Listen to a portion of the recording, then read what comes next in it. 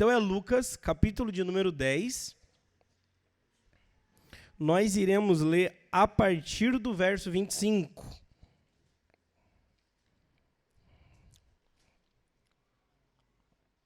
Quem achou diz amém.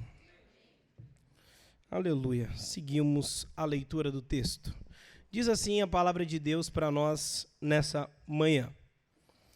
Eis que certo homem, intérprete da lei, se levantou com o objetivo de pôr Jesus à prova e lhe perguntou: Mestre, que farei para herdar a vida eterna? Então Jesus lhe perguntou: O que está escrito na lei? Como você a entende? A isto ele respondeu: Ame o Senhor seu Deus de todo o seu coração, de toda a sua alma, de toda a sua força, de todo o seu entendimento. E ame o próximo como a si mesmo. Então Jesus lhe disse: Você respondeu corretamente. Faça isso e você viverá. Mas ele, querendo justificar-se, perguntou a Jesus: Quem é o meu próximo? E Jesus prosseguiu dizendo: Um homem descia de Jerusalém para Jericó e caiu nas mãos de alguns ladrões. Estes, depois de lhe tirar a roupa e lhe causar muitos ferimentos, retiraram-se, deixando semi-morto. Por casualidade, um sacerdote que estava descendo por aquele mesmo caminho e vendo aquele mesmo homem, passou de largo. De igual modo, um levita descida por aquele lugar e vendo, passou também de largo. Mas certo samaritano, que seguia o seu caminho, passou perto do homem, vendo-se, compadeceu dele e, aproximando-se, fez curativos nos seus ferimentos, aplicando óleo e vinho. Depois colocou aquele homem sobre o seu próprio animal, levou-o para uma hospedaria e o tratou. No dia seguinte, separou 2 denários e entregou ao hospedeiro, dizendo: Cuide deste homem, e se você gastar algo a mais, farei o reembolso quando eu voltar. Então Jesus perguntou: Qual destes 3 lhe parece ter sido próximo do homem que caiu nas mãos dos ladrões? O intérprete respondeu: O que usou de misericórdia para com ele. Então Jesus lhe disse: Vá e faça o mesmo. Palavra de Deus para nós. Oremos mais uma vez? Senhor Jesus, que privilégio estarmos diante de uma história em que foi contada primeiramente pelo Senhor e que foi registrada pelo evangelista Lucas e que nessa manhã estamos aqui diante dessa história. Senhor Jesus, obrigado porque não estamos diante de um jornal, de uma revista ou de qualquer livro. Estamos diante das Escrituras Sagradas, estamos diante da palavra que criou o mundo, da palavra que criou a igreja, da palavra que sustenta a igreja e a palavra que tem poder de transformar a nossa vida completamente nessa manhã. Portanto, Senhor, faça-se ouvido no nosso meio, que eu não fique aquém e que eu não vá além do que o seu texto tem a nos dizer nessa manhã, em nome de Jesus. Amém. Será que alguém sabe a medida do amor? Você já se fez essa pergunta? Será que alguém consegue pegar uma fita métrica e medir o amor? Agostinho, o maior pensador entre os pais da igreja, certa vez ele disse, abre aspas, a medida do amor é amar sem medidas. Para Agostinho, a medida do amor é amar sem medidas. Portanto, o texto que está diante de nós aqui é a famosa parábola do bom samaritano, que nos ensina preciosas lições. Dentre elas, nós aprendemos, meus irmãos, o amor de Deus sobre nós, o amor de Deus em nós e o amor de Deus através de nós. A verdade é que esse é um dos textos mais bonitos da Bíblia e uma das lições mais profundas do ministério de Jesus. Essa parábola, irmãos, é na verdade a encarnação da verdade, mas também pela maneira impecável que Jesus respondeu à pergunta: quem é meu próximo? contando essa parábola. A verdade é que o Senhor Jesus, meus irmãos, ele era o maior professor, ele é o maior professor de todos os tempos. Alguns inimigos de Jesus diziam que ele ensinava como alguém que tinha autoridade, e não como os escribas e fariseus. Interessante. Até os inimigos de Jesus falavam que a forma como ele ensinava era tão impecável que demonstrava muita autoridade. Essa palavra, autoridade, no original, significa exousia. É como se fosse assim, Jesus ensina com autoridade, de acordo com o ser divino. E o que ele fala está de acordo com o que ele é, e o que ele é está de acordo, é transmitido através do que ele fala. Nós, homens, falamos coisas, muitas vezes que não somos. Jesus, entretanto, quando ele fala, é porque ele é.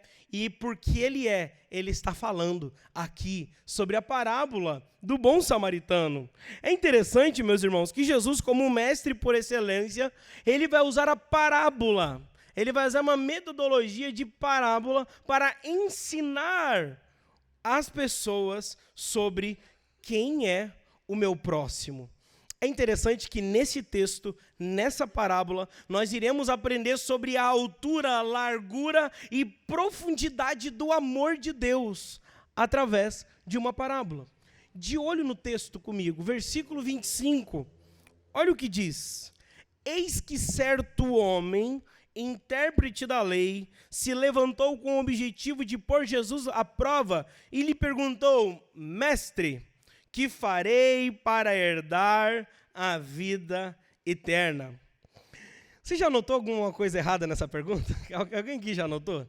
Tem uma coisa errada nessa pergunta, gente. Tem uma coisa que não faz sentido nessa pergunta. Por quê?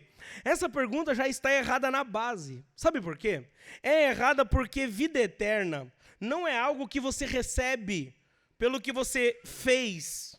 Na verdade, vida eterna não é uma medalha de honra ao mérito. Vida eterna não é um troféu que você ostenta depois de você ter conquistado algo com um fruto do seu esforço. Mas acontece, meus irmãos, que na mente desse homem, ele chega até Jesus tentando colocar ele à prova. A verdade é que a vida eterna, para ele, a vida era conquistada, baseada em boas obras, e não uma dádiva da graça. Para esse intérprete da lei, na mente dessa pessoa que chega diante de Jesus, a mentalidade dele, a forma como ele pensava, é que a salvação era vista como um mérito humano, ao invés de ser compreendida como dispensação da graça, como um presente da obra divina do Senhor. À primeira vista, então, a pergunta não faz sentido. Primeiro, porque vida eterna não se conquista por obras humanas, mas é um presente, aleluia, né? É um presente divino dado a nós. E segundo, que como alguém pode fazer algo para herdar algo? Herdeiros não fazem algo para herdar. Eles simplesmente são herdeiros, né? Herdeiro não tem que fazer alguma coisa para poder herdar. Herdeiro apenas herdeiro, não é verdade? Na verdade, vamos pensar aqui um pouquinho da história de Israel. O que Israel fez para entrar na Terra Prometida? Ele cantou chofar lá e trombeta na frente das muralhas de Jericó. Quem que acha que derrubou aquelas muralhas lá? Será que foi o som da trombeta ou foi a mão poderosa do Senhor? Quem que derrubou Golias? A pedrinha pequena de Davi? Não, meus irmãos. O que derrubou Golias foi a mão poderosa do Senhor. Quem será, irmãos, que abriu o Mar Vermelho? O povo de Israel chegou lá, aí Moisés tinha um poder mágico que abriu o Mar Vermelho. Não, gente, quem botou a mão no meio do Mar Vermelho, rasgou o mar e fez o povo de Deus passar, e cuidadosamente os soldados de Faraó serem engolidos pelas águas do juízo, libertando eles, enfim, da escravidão. Quem que fez isso? Foi Deus. Então Israel não fez nada para herdar a vida eterna, para herdar a terra prometida. Da mesma forma, irmãos, não tem o que a gente possa fazer com que Deus possa olhar para nós e possa: agora tu merece. Agora tu merece, filho, a vida eterna. Então, à primeira vista, não faz sentido. Mas agora a gente precisa avançar, né? Já que é por graça a salvação, isso quer dizer que devemos viver a vida da forma que quisermos, da maneira que quisermos? né? Para o moralista, essa notícia, tipo assim, de que a gente não precisa fazer nada para ser salvo, para o moralista é um escândalo, né? Mas para o liberal, mas para o antinomista, mas para aquele que quer usar a graça de Deus como desculpa para pecar, para ele é só um álibi. Irmãos, a graça de Deus não é licença para pecar. A graça de Deus é poder de Deus para não pecar mais. A graça de Deus é poder de Deus para nós conseguirmos obedecer a Deus. Portanto, à primeira vista, salvação é pela graça, mas nós devemos responder essa graça com atitude de amor em obediência. Por isso que Jesus, nessa história, tem o objetivo de mudar a mente do intérprete da lei, como também mudar o coração do intérprete da lei, que achava que a vida era baseada em obras. Deus quer mudar o coração de nós nessa manhã. Deus trouxe você e eu aqui para transformar o nosso coração. Deus veio aqui para mudar a forma como pensamos, a forma como sentimos. Deus veio aqui para transformar o nosso coração. E o texto avança. Versículo 26, agora Jesus devolve a pergunta para o homem, fazendo duas perguntas.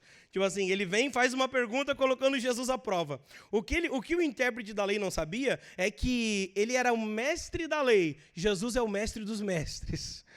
O que ele não sabia é que ele aprendeu com Gamaliel, meu irmão. E aqui, meu irmão, aqui Jesus Cristo, ele é o mestre dos mestres. Ele aqui é a essência da verdade, a própria verdade diante dele. Então, se ele faz uma pergunta, Jesus devolve duas. Versículo 26. Então, Jesus perguntou, olha lá, o que está escrito na lei e como você a entende? Irmãos, essas duas perguntas significam coisas muito preciosas. Primeira pergunta, o que está escrito na lei? Jesus está falando para ele, o que a palavra de Deus diz sobre isso que você está me perguntando? Jesus não queria saber o que a sua tradição cultural fala. Jesus perguntou para ele o que a palavra de Deus diz sobre essa situação. Muitas vezes isso acontece conosco, não é verdade? Chegamos a Jesus com dúvidas, questionamentos, esperando ouvir dele uma revelação dada por um anjo ou uma coisa dada por algo que não está escrito em lugar nenhum. Aí Jesus vem e fala, mas o que está escrito na Bíblia?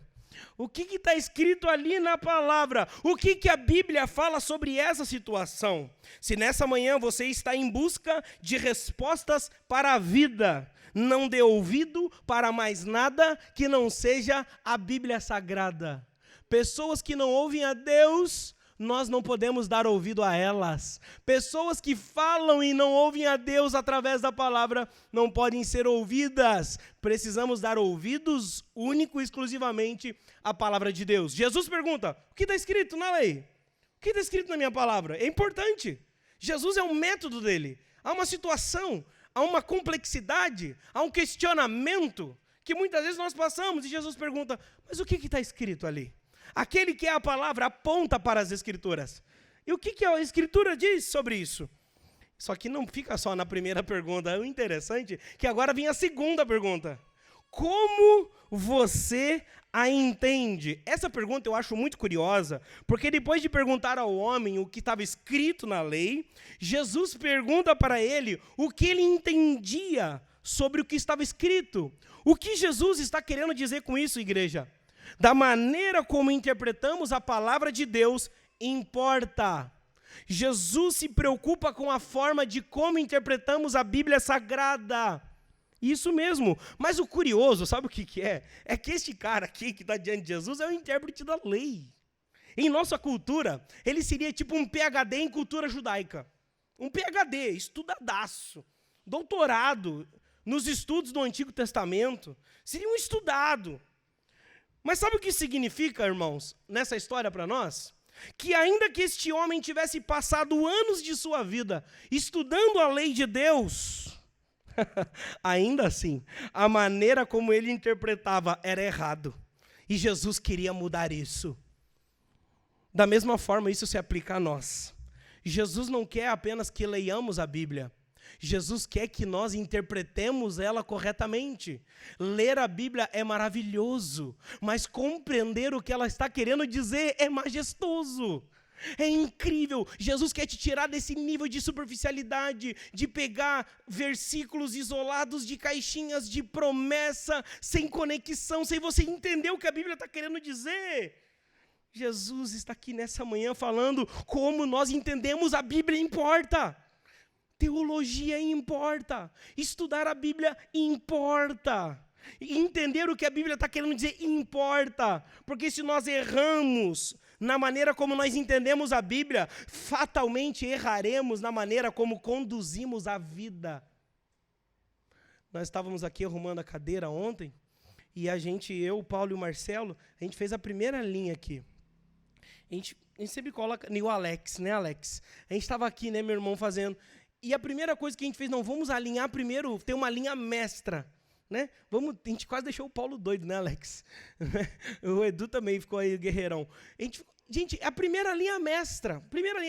Depois, as linhas vão seguindo uma linha mestra. Eu até brinquei com eles, eu falei bem assim, pessoal, assim é a vida, se a gente erra na maneira como a gente entende doutrina, na primeira fileira, a nossa vida, ela vai por água abaixo.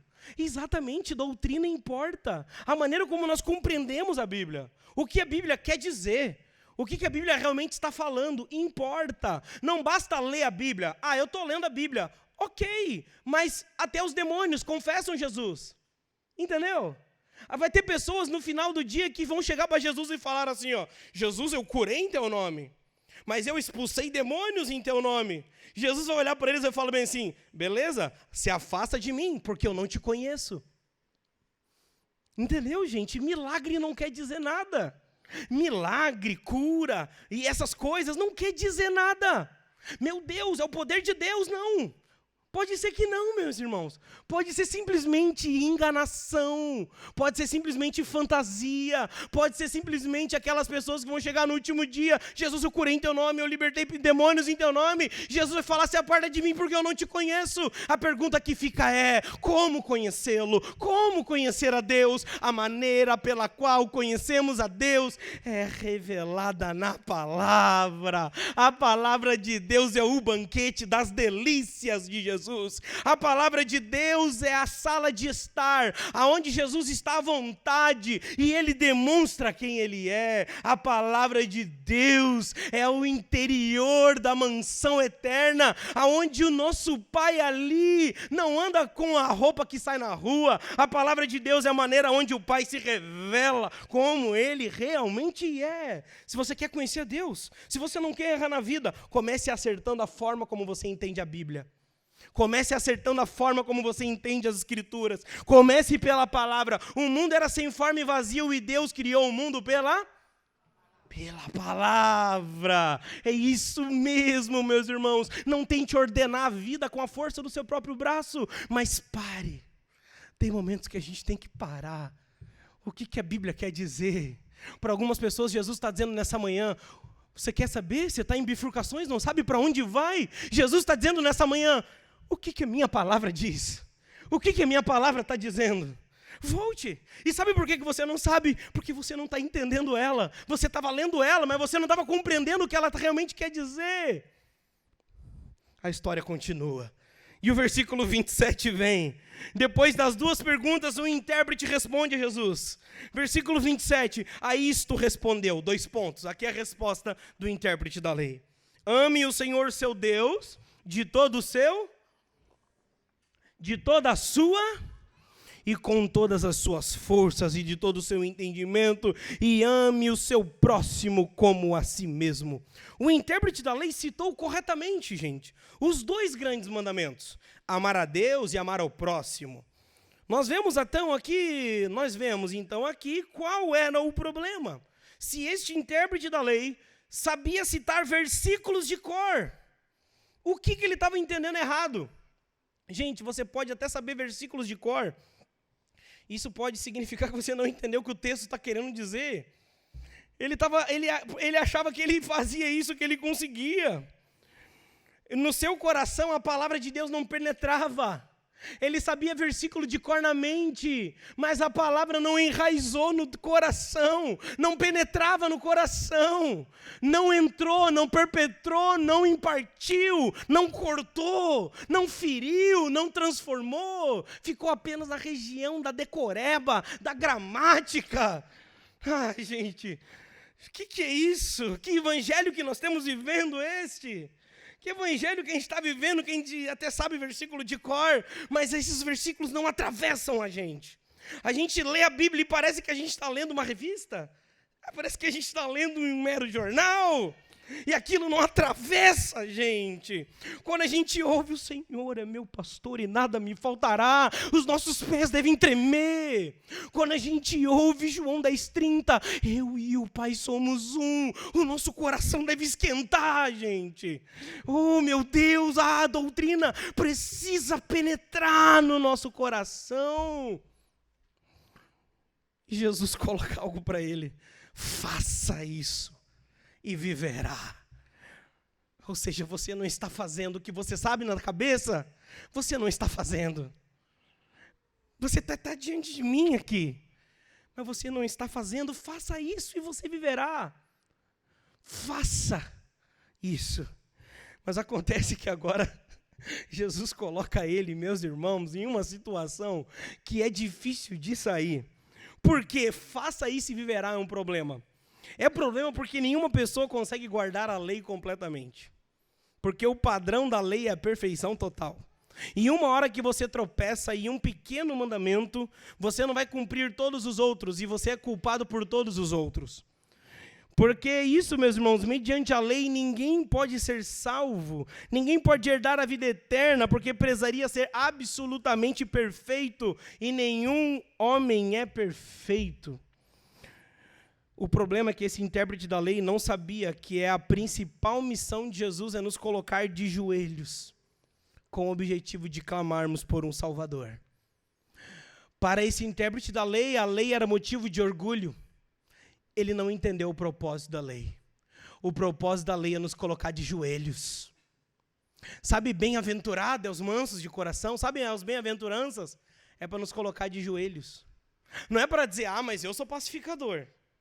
Mas eu sou filho de Deus, então eu sou...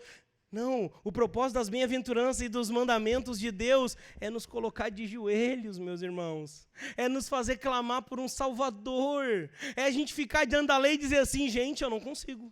Não dá, não consigo, eu preciso de um Salvador. Você sabia que os principais reformadores magisteriais, Lutero e Calvino, eles antes da sua experiência transformadora, reformacional na vida deles, eles eram estudiosos dirigentes da lei? E por estarem estudando a lei, eles caíram de joelhos e começaram a clamar por um Salvador. Antes de Lutero se converter, ele se confessava muito aos padres. Ele se confessava, ficava se confessando aos padres. E a história diz que era de 3 a 6 horas por dia. E teve um padre que falou para ele bem assim, cara, vai pecar, porque não tem mais. Vai lá pecar um pouco, depois você volta, por hoje acabou.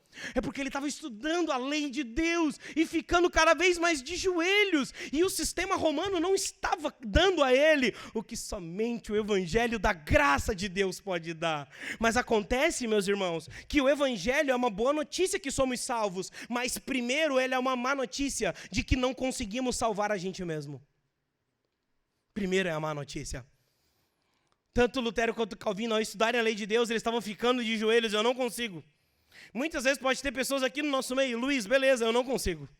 Não, eu não consigo. Fique tranquilo, o Espírito Santo está operando. O mesmo Deus que te coloca de joelhos é o mesmo Deus que te levanta. O mesmo Deus que faz você olhar para si e ver sua fraqueza, é o mesmo Deus que faz você se levantar e aprender a viver a vida, não mais pela força do próprio braço, mas sustentado pelo braço forte do Senhor.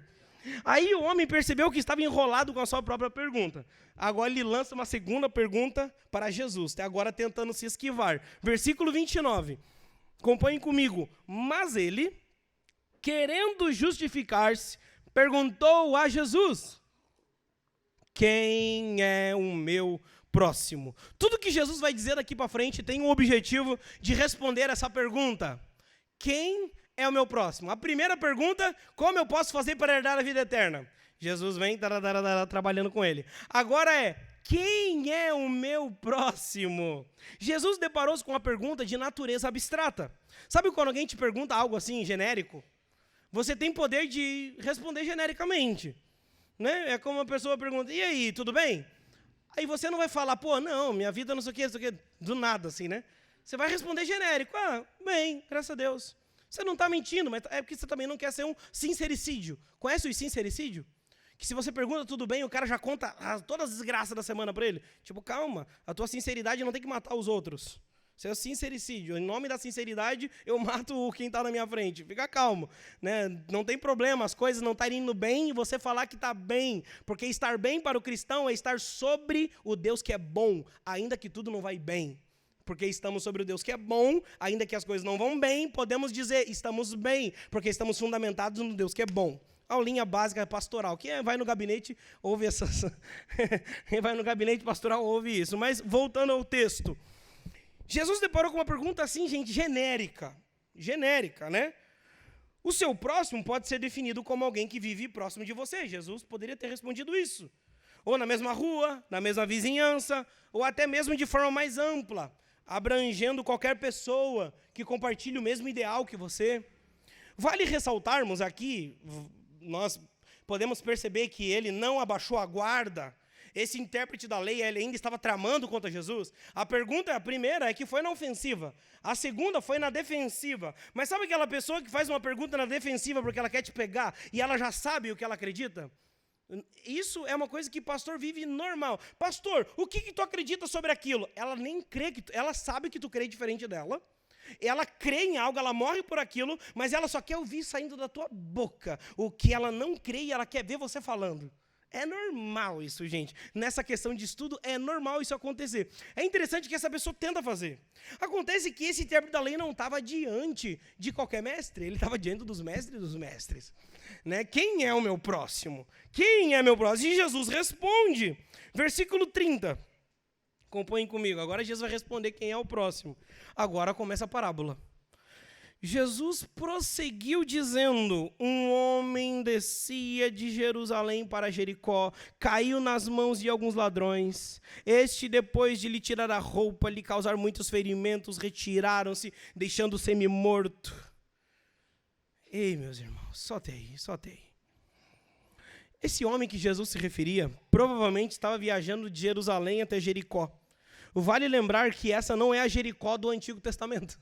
Né? Todo mundo já, oh meu Deus, é Jericó lá do Antigo Testamento. Não, são Jericós diferentes. Essa Jericó do Novo Testamento, ela está situada a cerca de 17 milhas de distância de Jerusalém. E é uma área bastante isolada. Na verdade, a Jericó do Novo Testamento, nós precisamos entender o contexto disso, para entender o contexto da parábola, para compreendermos o que Jesus está querendo nos dizer. Amém?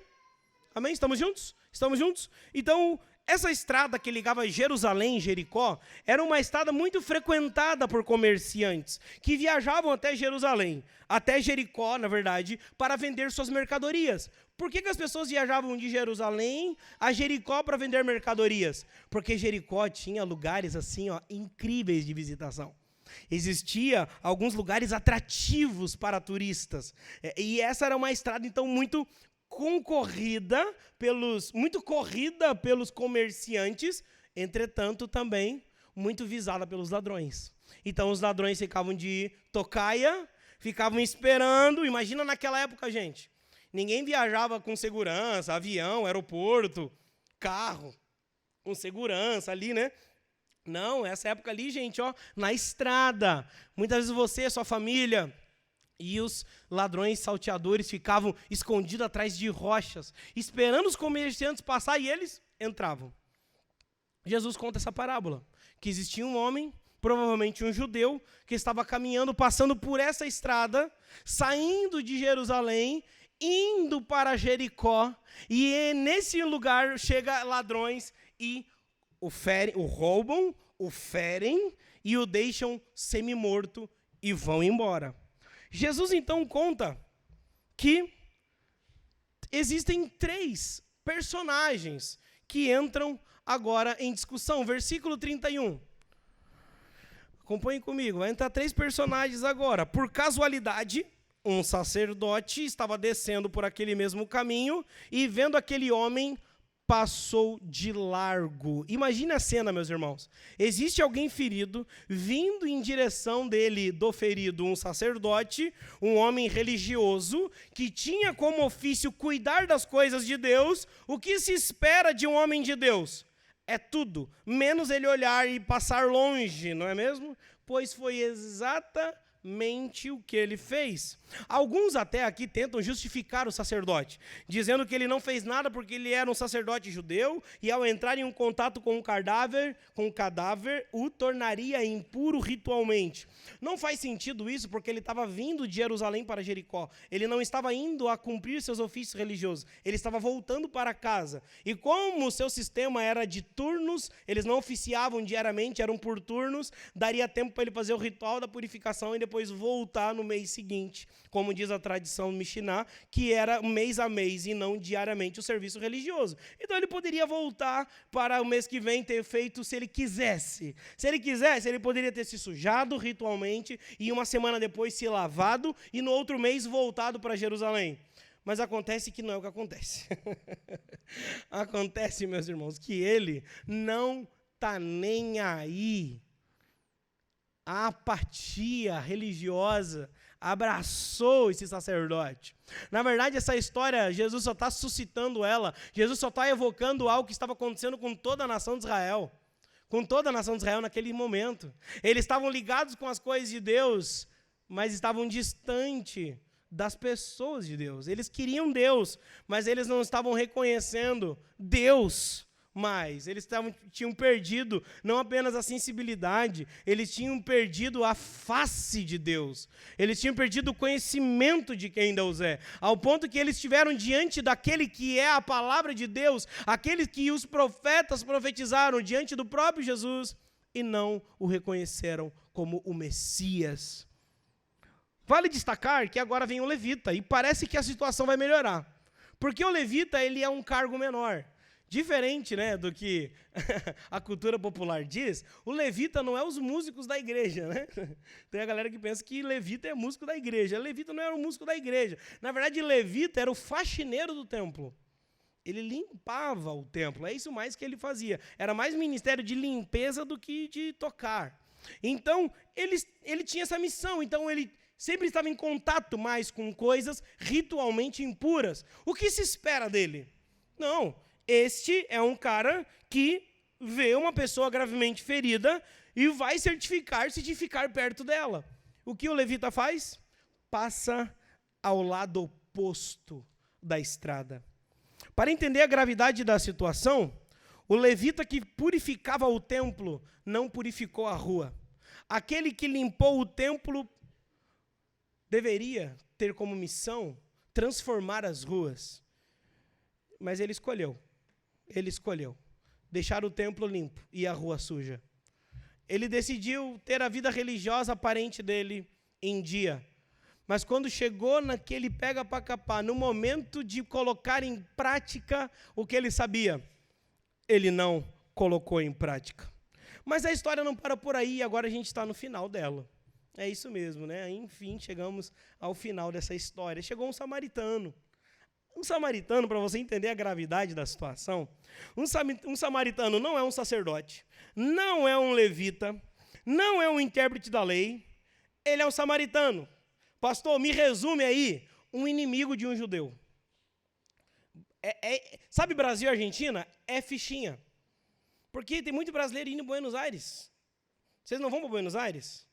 Não vão? A galera assim, eu vou. Tomo vinho e tudo, pastor. Né? Lá no Porto Madeiro, vocês vão, não gostam do futebol. Mas quem que não gosta de Bariloche? Né? Quem que não gosta aí, né? Então, lugares bonitos, você vai. O que eu quero dizer, você vai visitar. Você vai visitar a Argentina. Ainda que o nosso futebol seja um clássico aí, né? Acontece, meu irmão, que judeu não visita samaritano e samaritano não visita judeu. Era guerra ferrenha. E essa hostilidade deles surgiu devido a diferenças históricas, incluindo a divisão do Reino Unido e a presença de povos não judeus na região da Samaria, resultando em casamentos mistos. E essa animosidade levou conflitos, incluindo a rejeição dos samaritanos, principalmente durante a reconstrução do templo e a construção de um templo separado dos samaritanos lá no Monte Gerazim, que foi destruído pelos judeus. Resumo da ópera, meus irmãos: dois povos arquirrivais, inimigos. E Jesus, diante de um doutor da lei, ele conta a história que um sacerdote não aplicou amor, um levita não aplicou amor, mas um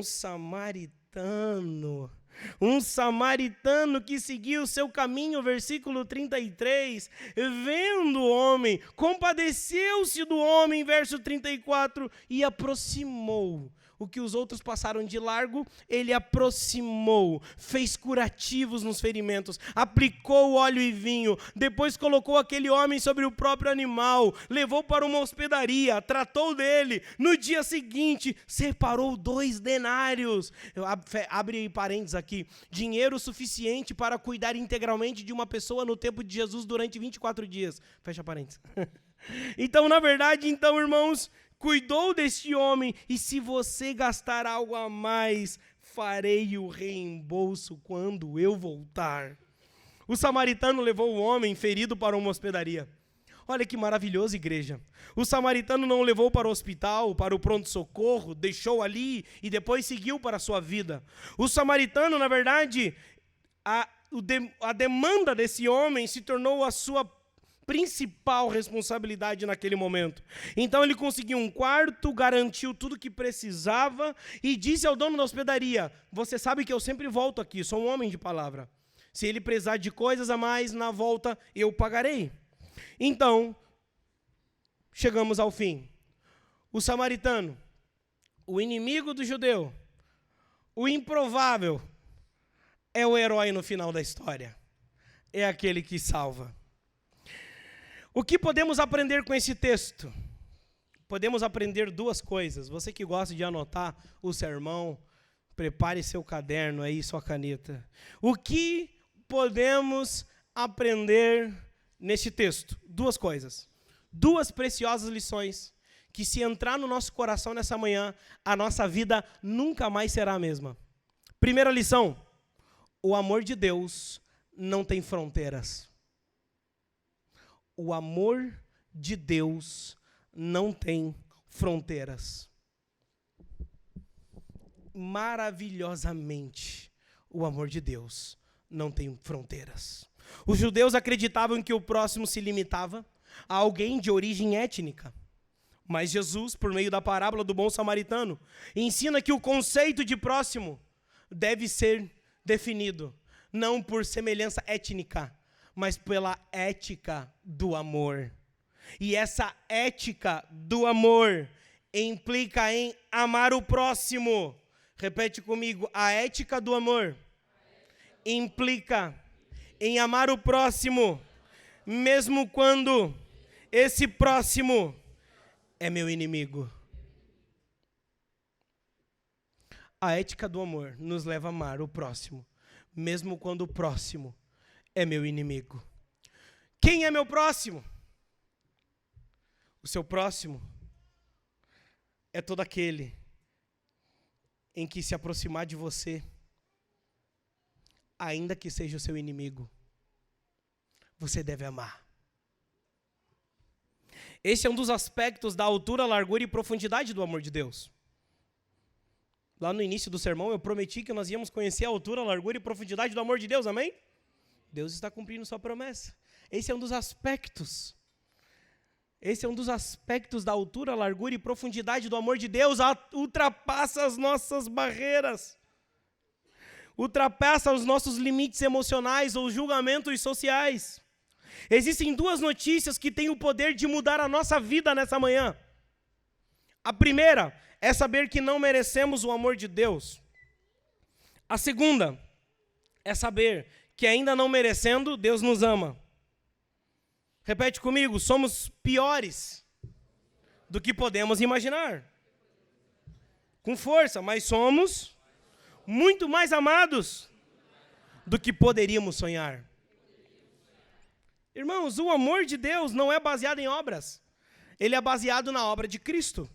O fundamento do amor de Deus por cada um de nós está baseado no próprio caráter divino dele.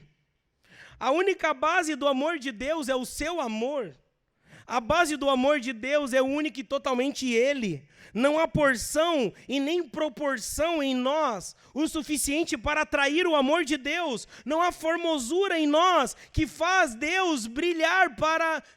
nós brilharmos para Deus. E sabe qual é a escandalosa notícia da graça? Ainda assim, Deus nos ama. Ainda assim, Deus nos ama. Ele nos ama por quem Ele é.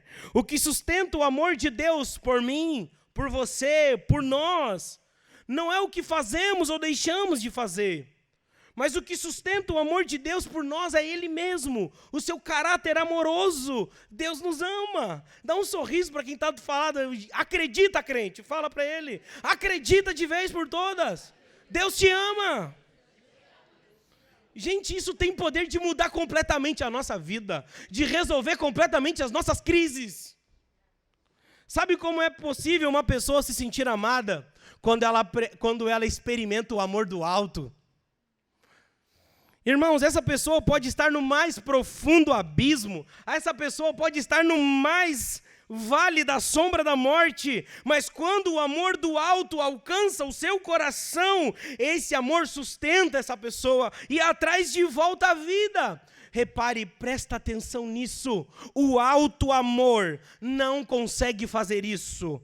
O alto amor pode te dar momentos de alegria, mas só o amor do alto pode te dar vida eterna, alegria completa. O alto amor dura um final de semana, dura um verão, dura poucos anos, mas o amor do alto dura para sempre.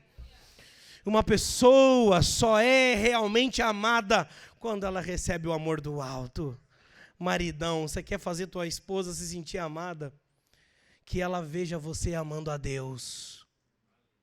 Uma esposa piedosa se sente amada quando vê o seu marido amando a Deus, abrindo a Bíblia para ler e orar, levando a família para a igreja, levando a família para orar, levando a família para ler a Bíblia, amando a Deus, pregando o evangelho. Pregando o evangelho. Isso mesmo, vindo na igreja e também pregando o evangelho para quem você tiver. Você sabia que fazer esposa amada não é só dar presente? Claro que é. E tem gente que dá panela em Dia das Mulheres. Não pode. Marido não pode dar panela em Dia das Mulheres. Não pode. Dia das Mulheres tem que dar presente que estrague daqui a um mês. Mas é beleza daquele um mês. Que seja eterno quanto dure, né? O presente ali. Né? Mas para quê? Qual a utilidade? É o amor, cara. Não se explica, tem que dar. É a alegria. É o momento, celebra aquele momento, né? Então, imagina Deus olhasse pela utilidade para nós, né? Eu vou amar eles. Qual a utilidade deles para mim? Nenhuma. Nenhuma. Nenhuma. Deus não precisa da gente para nada. Ainda assim Ele nos ama.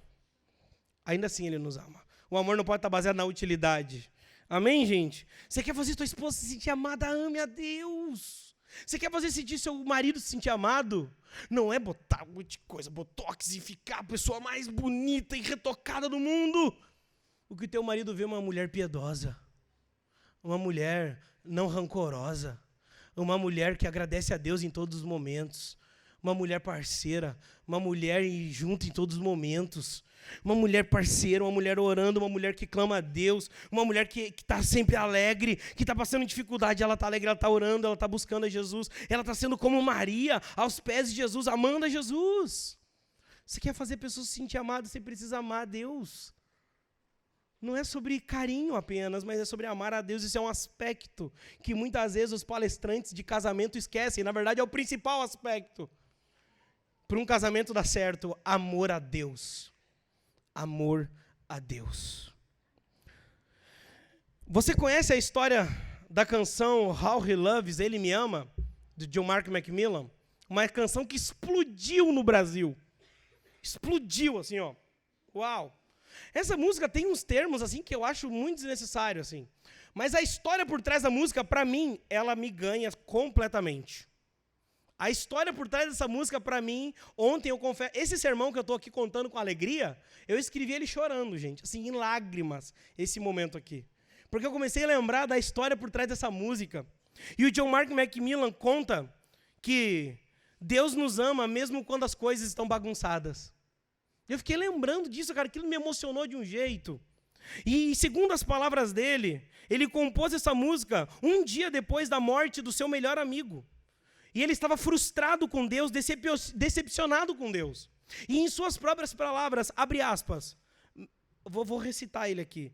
Mesmo em minha raiva e ressentimento, na minha frustração com Deus, ainda assim Ele continua me amando. Essa música celebra a nossa fraqueza, a nossa raiva, e celebra um Deus que nos sustenta, apesar dessas coisas. Um Deus que quer fazer parte da nossa vida, mesmo quando as coisas estão bagunçadas. Irmãos, Charles Spurgeon dizia assim: as montanhas, quando estão escondidas na escuridão, são tão reais como de dia. E o amor de Deus é tão verdadeiro para você agora, quanto é em seus momentos mais brilhantes e em seus momentos mais difíceis. Quando as coisas estão bagunçadas, a gente quer tudo menos a Deus. A gente quer se esconder de Deus. A gente não quer a igreja. A gente quer vir à igreja só quando tudo está bem. A gente não quer Deus quando as coisas estão bagunçadas. A gente muitas vezes fica frustrado com raiva. Quem nunca, né, gente? Quem nunca? Quem nunca? Quem não passou por isso que atire a primeira pedra? Quem nunca se decepcionou, ficou frustrado, que atire a primeira pedra. Sabe qual é a boa notícia que eu tenho para te dar nessa manhã? É que ainda quando as coisas não estavam indo bem, mesmo quando as coisas estavam bagunçadas, mesmo quando você é até frustrado com Deus, brabo com Deus, sabe qual é a boa notícia? Deus não é reativo. Deus não fica brabo com a sua brabeza com Ele. Deus continua te amando. Deus continua celebrando o amor dEle pela sua vida. A afeição de Deus não diminui. Deus continua nos amando, mesmo quando tudo não vai bem, porque Deus é bom, ainda que tudo não vá bem. Concluo. Segunda lição. O que devo ser? O que devo fazer para ser um próximo amoroso? Isso mesmo. Essa pergunta é uma segunda lição. Essa pergunta era que o intérprete da lei deveria ter feito. Ele não deveria ter perguntado quem é o meu próximo. Ele deveria ter perguntado o que devo fazer para ser um próximo amoroso. O intérprete da lei fez a pergunta errada. Fez uma pergunta egoísta. Quem é o meu próximo? É só a minha patatinha. É só a minha galera. A questão não é essa. A questão é o que devo fazer para ser um próximo amoroso. Você pode olhar para dentro de você nessa manhã e pensar: pastor, eu não consigo me enxergar me tornando uma pessoa amorosa. Eu gostaria de te lembrar de uma palavra de Hebreus, capítulo 13, do versículo 20 ao 21. Ora, o Deus da paz que tornou a trazer dentre os mortos o nosso Senhor Jesus, o grande pastor das ovelhas, pelo sangue da eterna aliança, aperfeiçoe vocês em todo o bem, para que possam fazer a vontade de Deus, que Ele opere em nós o que é agradável diante dEle por meio de Jesus, a quem seja a glória para todos sempre. Amém. Como sermos pessoas amorosas? Através de Cristo. Somente através de Cristo. Somos conduzidos a viver uma vida de amor a Deus e uma vida de amor ao próximo. Termino esse sermão recitando as palavras de Agostinho. Ouça com atenção. Nossa alma, meus irmãos, é desagradável por causa do pecado. Por amar a Deus, torna-se amorável. Que amor deve ser aquele que embeleza o amante? Mas Deus é sempre amável, nunca desagradável, nunca mutável. Quem é sempre amável, primeiro nos amou.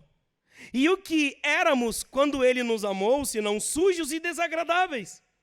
Mas não para nos deixar sujos, não para nos mudar e do desagradável nos tornar amoráveis.